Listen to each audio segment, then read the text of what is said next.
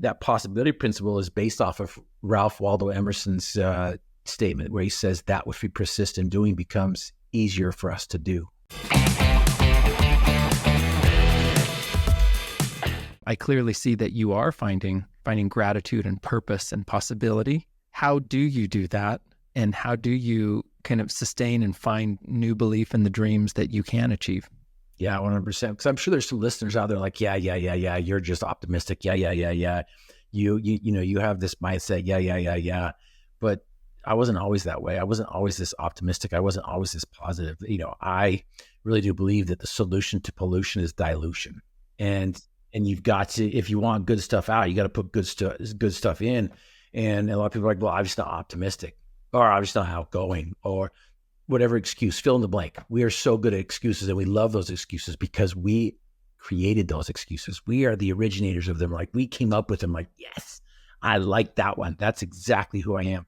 And the thing is every single one of us have the ability to flip the switch and reframe things. You just have to practice it. The possibility principle is I talk about the 3 gold nuggets that are at the foundation of every problem, but there's the footings that the foundation sits on. And companies pay me millions, not millions, but thousands of dollars to come teach this principle, which is the possibility principle. And that possibility principle is based off of Ralph Waldo Emerson's statement where he says that which we persist in doing becomes easier for us to do, period. Reading is reading, writing is writing, arithmetic is arithmetic. Even if you have dyslexia like myself, you can figure out how to overcome these things, but you just have to flip the switch and reframe things. You have to believe that you can flip the switch. You have to believe that you are optimistic. And the thing people are like, yeah, that's you. Yeah, it's just, I've tried it and it doesn't work. But I'm going to tell you right now, how many times have you experienced it for yourself, Randy, where, how people have phone voices? The phone rings, they pick it up, and it's a completely different person. Like, hello, Griffins. And I'm like, all right. But my favorite is when 2 people are fighting and they're just going after it. I'm not saying I'm talking about myself and my wife, but when 2 people are going after it and the phone rings and all of a sudden you stop fighting and you pick up the phone and you flip the switch, you're like, hello, how you doing? Where did that come from? Right? You know what I'm talking about?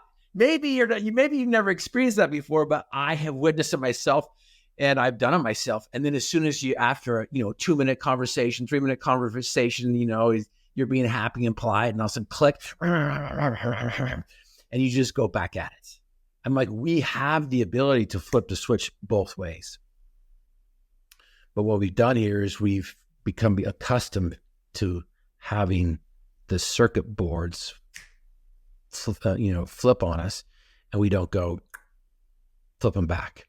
It makes me think, Jeff, it makes me think that I'll kind of frame this in myself, that sometimes I don't want to admit that this is true, but I will. I get to shift the responsibility away from myself when I make those excuses. Now I don't have to take responsibility, because responsibility means I have work, I have accountability. But if I can make an excuse, I am shifting all of that outside of myself to somebody else, to something else, to something outside of myself. And then I say, well, here I am. I'm a victim of circumstance, or I can blame an outside force. And I think sometimes I admit that this is embarrassing to admit it, but maybe somebody else has felt this way too. I think that sometimes I get comfortable in doing that. Yeah. I say, well, here I am, here's my excuse. And I put myself in this box and I say, all right, well, here I'm safe. But if I admit otherwise, if I take that accountability, that means I need to stand up off of that chair. That means I need to walk into that darkness. And that's frightening. Mm-hmm. And this is earlier in this conversation, you talked about, that your disability is obvious and apparent, but my disability is my paralysis of fear, mm-hmm. right?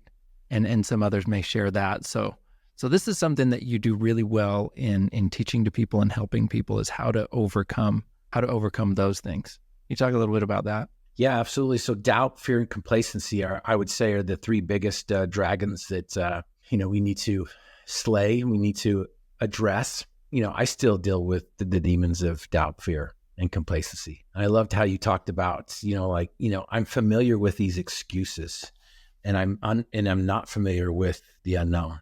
And we would much rather, we'd much rather accept and keep what we're familiar with than to explore the world. We have, the options to go and explore the world is unknown. And so, and so what I've done here is I've discovered that not only is the possibility principle, the footings of the foundation, which, teaches us how to match up our desires and our dreams. And the 3Ds, or the 3 gold nuggets that I share on stage, I just introduced that to everybody, is desire, dream, and do.